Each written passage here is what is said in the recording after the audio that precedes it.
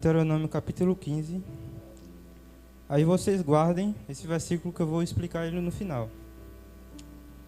Diz assim: Se porém o escravo disser, não quero me afastar de você, porque ama você e a sua casa, e por se sentir bem com você, então você deve pegar um furador e furar a orelha dele na porta, e ele será seu escravo para sempre. Faça o mesmo com a escrava que quiser ficar. Aí hoje se fosse ter um tema, seria justificados pela fé. E eu vou mostrar aqui outros meios que foram apresentados ao homem para se salvar e como eles fracassaram, de certo modo. Porque Deus usa esse meio para salvar a gente. Então vamos lá para Hebreus 11.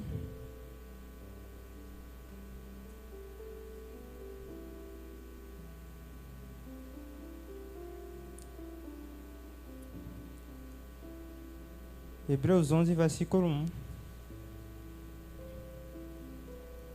A partir do versículo 1.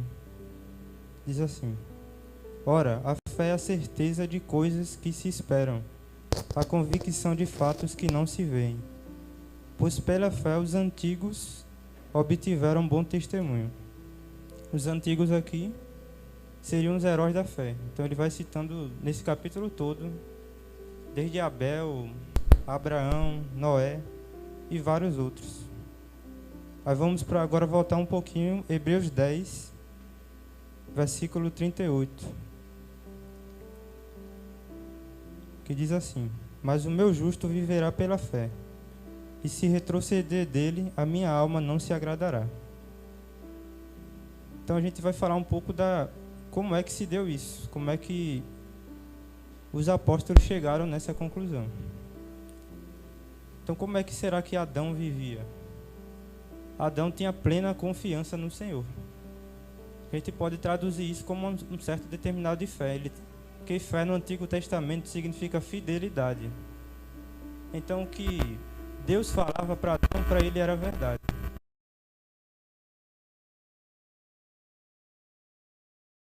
Roubavam, matavam, e Deus teve que poupar 8 pessoas para poder recomeçar. Então aqui a arca já representa a misericórdia do Senhor. E aí, depois de tudo isso, depois de todo esse caos, e depois de Deus ter punido a humanidade de certo modo, então Deus chega para Noé, depois que ele oferece uma oferta. Ele chega e diz que não vai mais fazer isso do jeito que ele fez, não vai mais amaldiçoar a terra por causa do homem. Porque desde pequeno, desde a sua juventude, ele é mau. Então a gente vê aqui, o homem não pode se dominar. Por quê? Porque desde a sua juventude ele é mau. Então quando você vai ensinar uma criança, se você deixar ela fazer o que ela quiser, ela vai crescer muito rebelde, mesmo que ninguém esteja ensinando aquilo. Então Deus tem essa consciência. Então o que os pais fazem é segurar um pouco isso da criança. Então, mesmo assim, uma criança vai pecar, vai errar, vai fazer suas escolhas certas ou erradas no futuro, mas os pais tentam controlar isso, e Deus entende isso. E por isso que ele fala isso para Noé. E aí o tempo se passa um pouco mais, e chega um homem chamado Abraão. E aí, ainda não tinha se resolvido, né, essa questão do pecado no homem, mas Deus faz uma promessa a Abraão. Ele diz: na tua descendência serão benditas todas as nações. E Abraão recebe essa promessa e acolhe ela com fé. E quando ele acolheu essa promessa, a Bíblia diz que Deus atribuiu isso como uma justiça para Abraão.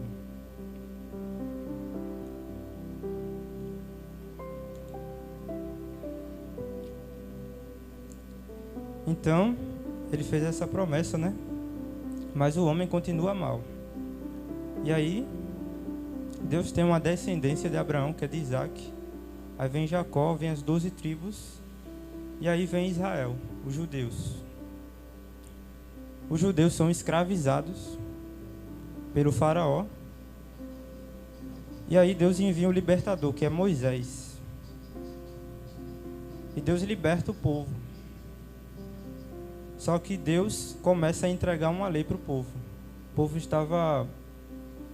ele vivia numa cultura de pecado, porque eles viviam no Egito. Então ali tinha outros deuses. Ali cada um vivia do seu jeito. E quando queria alguma coisa, fazia um sacrifício a algum deus. E agora vamos falar sobre isso que Deus deu a Moisés, que é a lei. A gente vai agora para Gálatas, capítulo 9. Capítulo 3.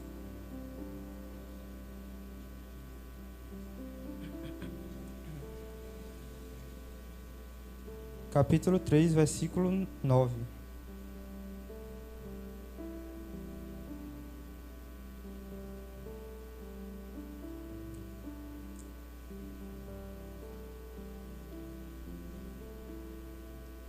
Amém?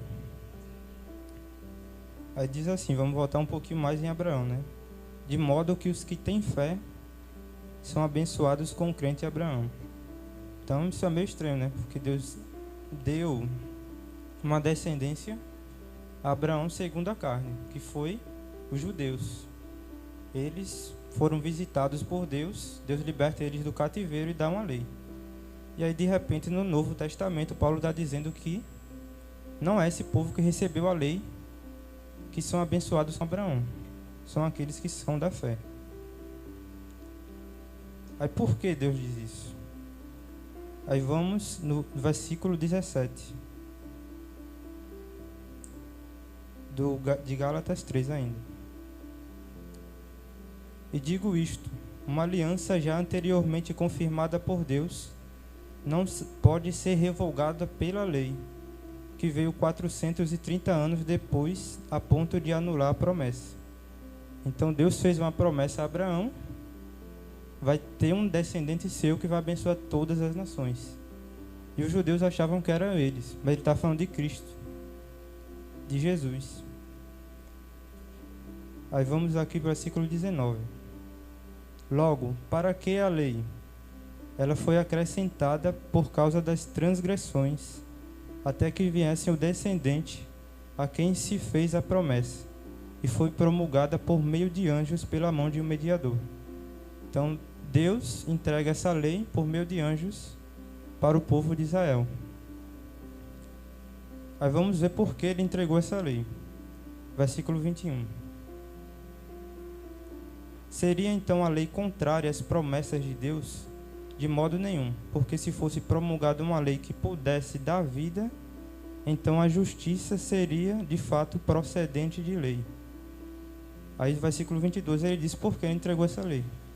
Mas a Escritura encerrou tudo sob o pecado, para que mediante a fé em Jesus Cristo, a promessa fosse concedida aos que creem. Então como é que Deus ia preparar toda a humanidade para essa fé que ia se manifestar? Ele preparou um modo de condenar a humanidade, por incrível que pareça. Porque se você estivesse pecando, e se chegasse alguém e dissesse para você se arrepender, ele vai dizer, se arrepender do quê? O que é que eu estou fazendo de errado? Então Deus precisou dar uma lei para mostrar o que a gente estava fazendo de errado. E assim, ele sabe, né, que a gente tem uma natureza má e não vai conseguir se livrar desse pecado. Então a lei não serve para libertar a gente do pecado. Ela serve para a gente ver que a gente é pecador. Aí versículo 23. Mas antes que viesse a fé, estávamos sob a tutela da lei, e nela encerrados para que essa fé, que no futuro havia de ser revelada. De maneira que a lei se tornou nosso guardião para nos conduzir a Cristo, a fim de que fôssemos justificados pela fé. Então, aqui já é Paulo, ele era um mestre da lei, muito entendido. Então ele que estudou a lei a vida inteira e via a lei de modo errado, a ponto de ele perseguir e matava cristãos. Depois que ele teve um encontro com Jesus, ele fez uma interpretação nova da lei. Então a lei não é para eu me achar melhor do que os outros e sair perseguindo as pessoas que desobedecem. Paulo encontrou um novo sentido para a lei. ele disse que ele se refugiou no livro de Gálatas, ele não foi até os apóstolos para poder ser incluído, porque muitos estavam duvidando naquele ambiente da pregação de Paulo, principalmente os judeus, porque os judeus queriam que os cristãos que não são judeus fizessem a circuncisão e obedecessem à lei. Aí Paulo diz que não foi nenhum homem que constituiu ele apóstolo, mas foi o próprio Jesus, naquele encontro lá de Damasco. Então Paulo faz uma nova interpretação da lei para aqueles homens que vinham com essas acusações para ele. Ele diz que Deus encerrou todos debaixo do pecado por causa da lei. E aí, ele diz no versículo 24 que a lei se tornou nosso guardião para nos conduzir a Cristo. Então, o que é que a lei faz? O homem, como é fraco, tem uma consciência fraca, ele vai continuar pecando de qualquer jeito, tem a lei ou não. Então, essa lei é para basicamente você não ser arrogante diante de Deus. Então, se você vê que você é pecador, você passa a sentir uma necessidade de se purificar daquilo. Você está vendo que você está fazendo algo errado. Então, Paulo diz que a lei foi o nosso guardião. Então, é como se fosse quase que um professor para a gente. Até que chegasse Jesus e viesse e nos desse uma salvação melhor. Ou seja, uma salvação que a gente pudesse viver de fato, porque a gente não tinha essa natureza boa para cumprir a lei. Então, Paulo está dizendo que a lei é basicamente como se fosse um professor de uma criança pequena, segura na mão da criança e leva essa criança até aquele descendente de Abraão, que abençoa todas as nações. Então, a lei pega na mão de toda a humanidade, que somos nós, e leva até Jesus, e deixa lá. E aí, ele volta, cumpriu o seu papel. Essa criança agora pode pegar na mão de Jesus e sair por aí. Vamos dizer assim. Aí, no versículo 25 diz assim: mas agora que veio a fé, já não permanecemos subordinados ao guardião. Aí, versículo 26: pois todos vocês são filhos de Deus mediante a fé em Jesus Cristo. Então, agora, a gente pode viver pela fé. Aí chegou Jesus, né? Vamos para Efésios agora. Efésios capítulo 2. E vamos ver como é que isso age em nós. Isso que Paulo está falando. Efésios 2, versículo 8. Acho que todo mundo conhece. Diz assim: porque pela graça vocês são salvos, mediante a fé. E isto não vem de Deus, não vem de vocês, é dom de Deus. É um presente. E aí ele não para por aí, versículo 9. Não de obras para que ninguém se glorie. Então, se você tentar viver pela lei, você pode se gloriar se você conseguir cumprir tudo. Você vai ser salvo se você conseguir cumprir tudo. Mas a justiça que vem da fé não é assim. Vamos para João 3, capítulo 3, versículo 16.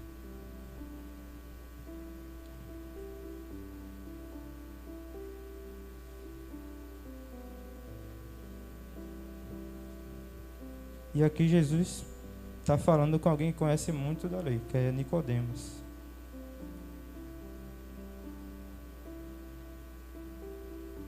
E aí Nicodemos não sabia como fazer parte do reino de Deus. Aí Jesus diz para ele que você tem que nascer de novo. A lei não consegue fazer isso com o homem. Então por isso que ele continua o seu discurso. Diz que quem é nascido da carne é carne, quem é nascido do espírito é espírito. Porque se você é carnal, você não consegue cumprir a lei. Paulo vai falar mais adiante. Então ele diz assim, João capítulo 3, versículo 16. Porque Deus amou o mundo de tal maneira que deu seu Filho unigênito, para todo aquele que nele crê não pereça, mas tenha a vida eterna. Então ele está dando outro modo do homem se salvar, não pela lei. Nicodemos não tinha nenhuma ideia disso. Então, como é que essa justiça se manifesta? Essa justiça de Deus que é pela fé. A gente vai para Romanos agora. Romanos capítulo 10.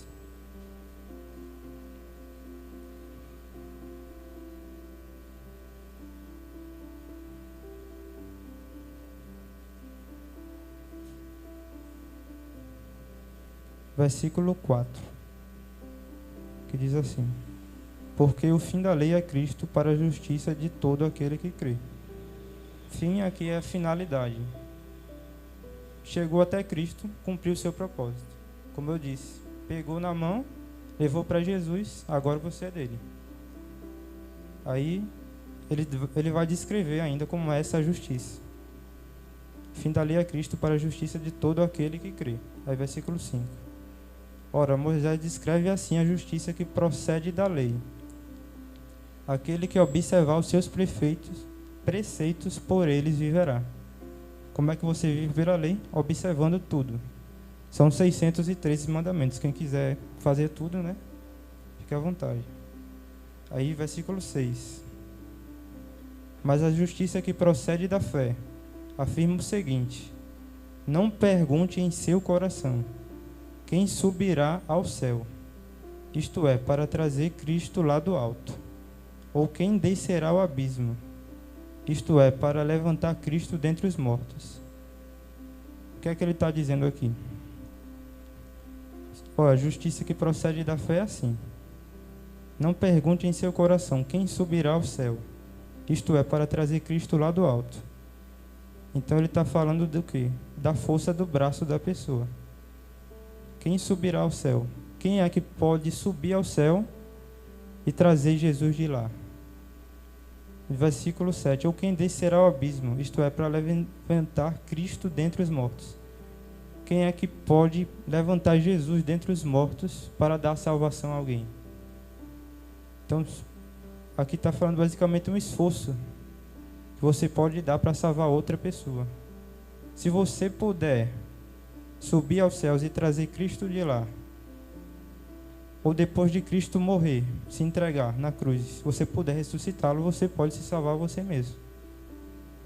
Aí ele diz, no versículo 8, porém, o que se diz? A palavra está perto de você, na sua boca e no seu coração. Isto é a palavra da fé que pregamos.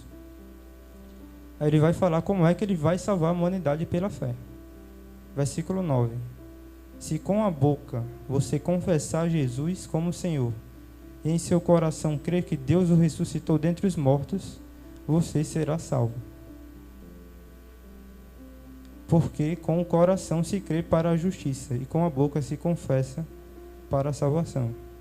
Então ele está dizendo o seguinte: primeiro, um ato externo.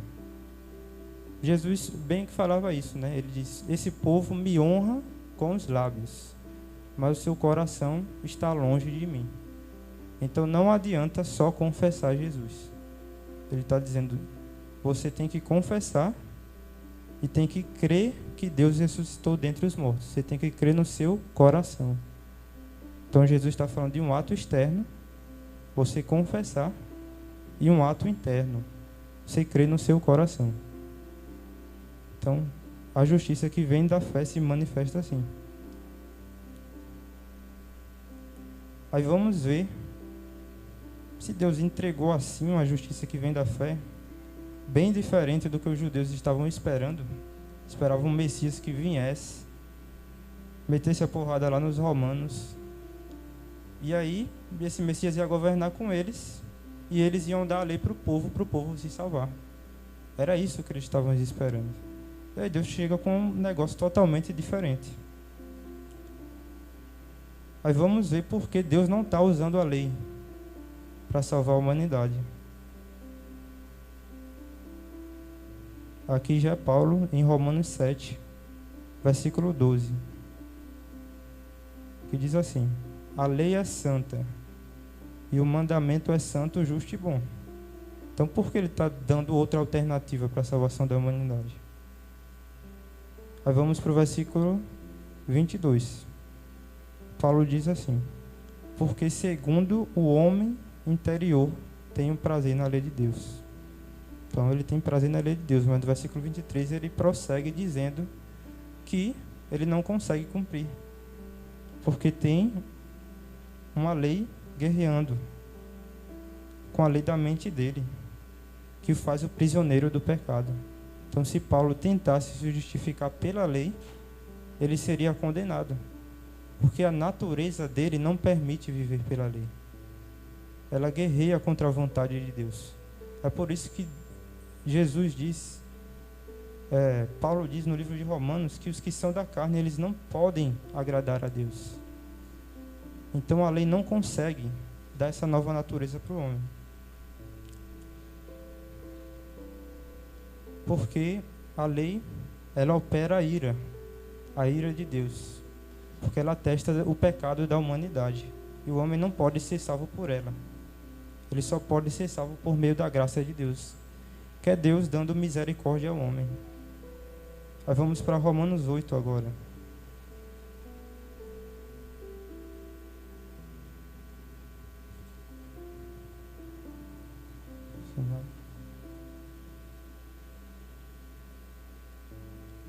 Então, depois que o pecado entrou no mundo, a gente viu lá que Noé, Deus reconheceu, a humanidade realmente não pode viver por ela mesma.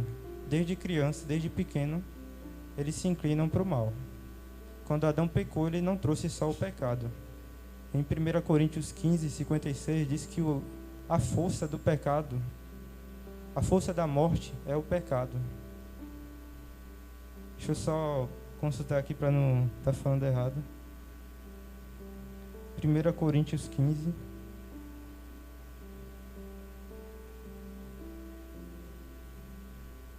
Versículo 56. O aguilhão da morte é o pecado, e a força do pecado é a lei. Então aqui a gente tem um problema. Primeiro Adão pecou, que é que entrou no mundo? Pecado e a morte. Jesus diz que vai derrotar a morte. Por isso que ele morreu e ressuscitou. Ele foi o primeiro a derrotar a morte. E aí ele diz, não só que o aguilhão da morte é o pecado, e a força do pecado é a lei. Como eu já falei, o pecado atesta de que a gente é mau. Então a força do pecado é a lei por causa disso. Não porque a lei é ruim, mas porque a gente é ruim e peca. E a lei só serve para mostrar isso. E aí, Deus envia o seu Filho para morrer, né? Para que todo aquele que nele crê não pereça, mas tenha a vida eterna. Então, lá na carta de Gálatas, quando Paulo estava confrontando os judeus, eles queriam que eles fizessem parte do povo de Deus através da lei.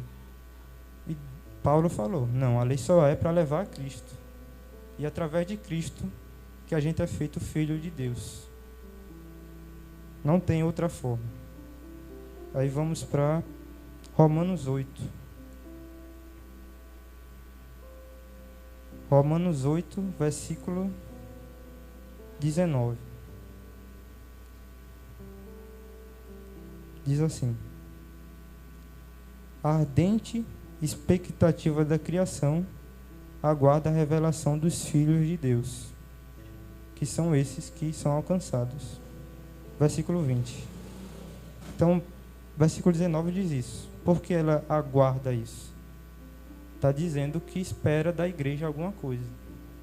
Todo mundo espera isso. Aí, versículo 20. Pois a criação está sujeita à vaidade, não por sua própria vontade, mas por causa daquele que a sujeitou.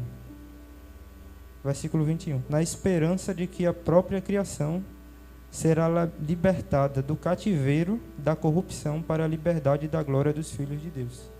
O que é que eles estão esperando da igreja? Que a salvação que veio por Jesus e foi dada à igreja se manifeste ao mundo. Porque o mundo, aqui diz, aguarda ansiosamente por essa manifestação. E aí cabe a nós fazer isso. Às vezes não é fácil. Às vezes vem a vergonha, às vezes vem a preguiça, às vezes vem o medo. Mas toda a criação aguarda essa manifestação. Deus poderia salvar a humanidade por meio de anjos. Deus poderia enviar Jesus e continuar pregando aqui durante 2000 anos. Mas Ele escolheu a gente para se manifestar ao mundo. E todo mundo aguarda isso. É o que diz na palavra. Amém? E aí vamos voltar, né, para a parte final, mas vamos acabar esse versículo aqui. Diz, e não somente ela, versículo 23, mas também nós que temos as primícias do Espírito, igualmente gememos em nosso íntimo, aguardando a adoção de filhos, a redenção do nosso corpo. Não só a criação está aguardando isso, essa manifestação dos filhos de Deus, como a gente que já recebeu essa salvação, a gente está dizendo que a gente geme no nosso interior. Então, se você estiver muito distraído, você vai se encher de outras coisas e não vai perceber isso. Então, você está triste, está ansioso, aí vai fazer o quê? Vou falar com alguns amigos, vou ali na praça, vou assistir um filme. Mas Paulo diz que isso aqui é natural. Ele não diz para você se distrair. Ele diz que o seu corpo está aguardando uma adoção. Então imagina, eu estava muito distraído aqui antes de ficar um pouco doente e ainda vou ter que ver o que é, né? Para poder voltar para a banda. Para poder ser autorizado e voltar. Ainda tenho que ver lá o que é. Então eu estava muito distraído nesse tempo. Então eu vinha aqui, tocava e tal, voltava para casa. Aí ia fazer o quê? Ia ler a Bíblia, ia fazer alguma coisa que agradasse a Deus? Não, ia ficar mexendo lá no celular. Um tempão, depois ia varrer a casa, depois continuava a mesma coisa. Então, eu não percebia isso aqui que Paulo falou, que a gente geme no nosso íntimo, aguardando a adoção de filhos, a redenção do nosso corpo. Então, eu precisei ficar doente para perceber isso, essa falta. Que eu estava, mesmo sendo filho de Deus, talvez fosse salvo, né, quando morresse, não estava percebendo isso. Que aquilo que eu estava me alimentando não estava suprindo essa falta que Paulo diz. A gente geme no nosso íntimo, aguardando a adoção de filho. A gente só vai deixar de sofrer, só vai deixar de querer as coisas do mundo depois que a gente for adotado por Deus. Quando Deus ressuscitar a gente, quando Deus nos der um novo corpo. Então, mesmo que seja na dor, a gente deve se voltar para Deus, deve perceber essa falta, deve gemer no nosso íntimo e esperar essa adoção, porque senão a gente não vai ter nenhuma diferença do que quem está no mundo. A gente vai ser a mesma coisa, só que com o nome de crente, se a gente não aguardar essa adoção, que é a volta de Jesus.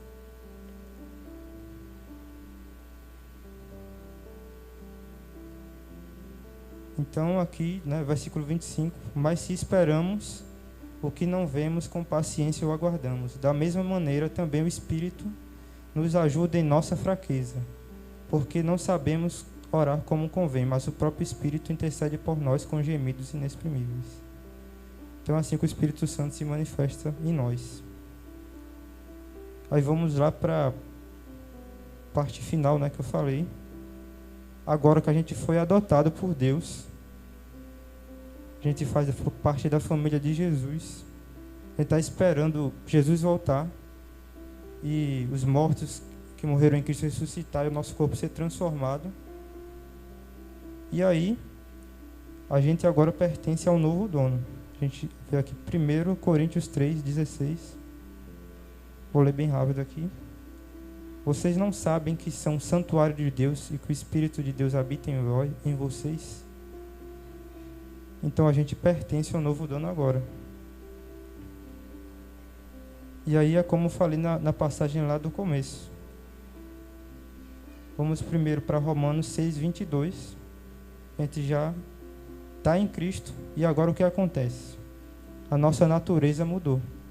Era a mesma natureza dos outros antes, que seguiam na vaidade da carne. Se tivesse lei ou não, eles lessem a Bíblia ou não, eles estariam sob o domínio do pecado. Mas agora a gente tem uma perspectiva diferente. Romanos 6:22 diz assim: agora, porém, libertados do pecado, transformados em servos de Deus, o fruto que vocês escolhem é para a santificação. E o fim, neste caso, é a vida eterna. Então, agora que vocês foram libertados do pecado, que a lei não conseguiu fazer, Jesus fez. Por isso que Jesus é o fim da lei, porque Jesus fez o que a lei não conseguia fazer. Por quê? Que a lei é mal? Não. Porque o homem não conseguia cumprir a lei. A lei só conseguia mostrar que o homem é mau. E aí ele diz que vocês agora têm um fruto, que é para a santificação. E aí a gente vai agora para a passagem do começo, que é Deuteronômio 15. Agora você não é mais escravo, né? Agora você é livre.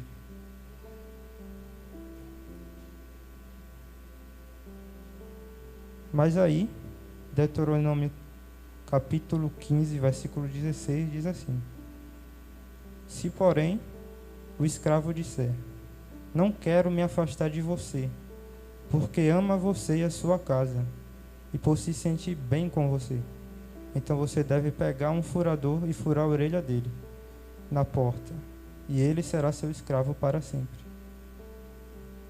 Então o que é que está falando aqui? Está falando de uma lei do Antigo Testamento, que os judeus eram, ou o escravo deles, cresciam na sua casa. Se ele gostasse do dono o suficiente, ele poderia pegar e furar a orelha dele, seria escravo para sempre. Como é que isso chega a nós, se é uma lei do Antigo Testamento agora?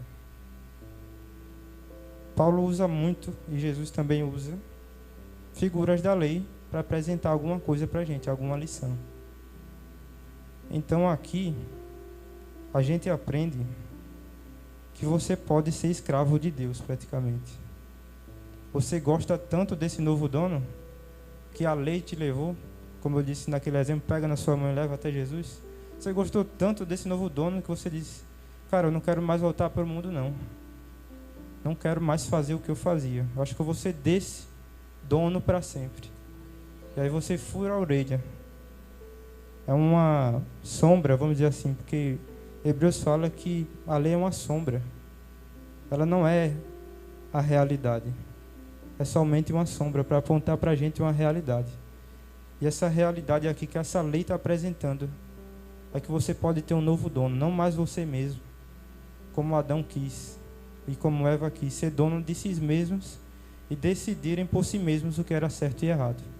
Agora você pode voltar para o Jardim do Éden, que agora é a Nova Jerusalém. Você pode voltar e ter um dono, e se você gostar dele, você tem a opção de furar a sua orelha, aqui está dizendo, e ser dele para sempre, como a lei do Antigo Testamento. Amém?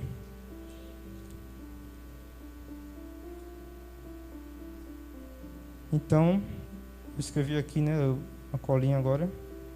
A lei serve se você viver uma vida sem pecados. Quem aqui consegue viver uma vida sem pecados?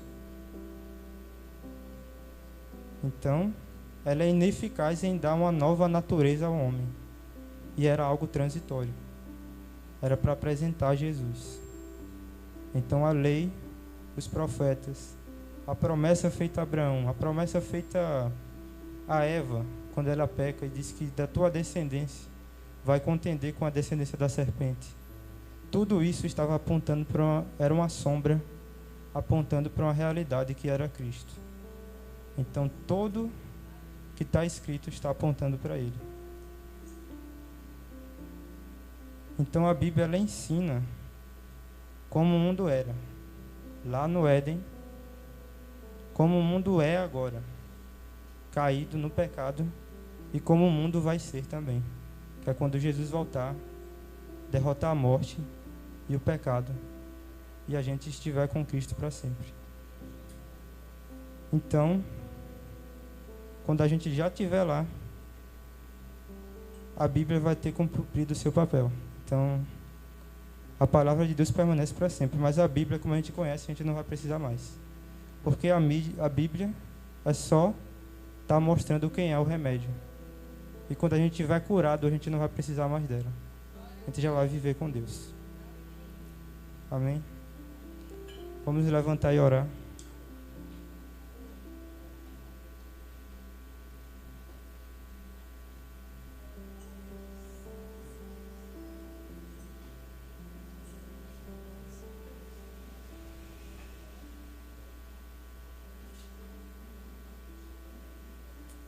Amém? Curve suas cabeças. Senhor, meu Deus e meu Pai, obrigado, Senhor, por essa palavra, Senhor, pela tua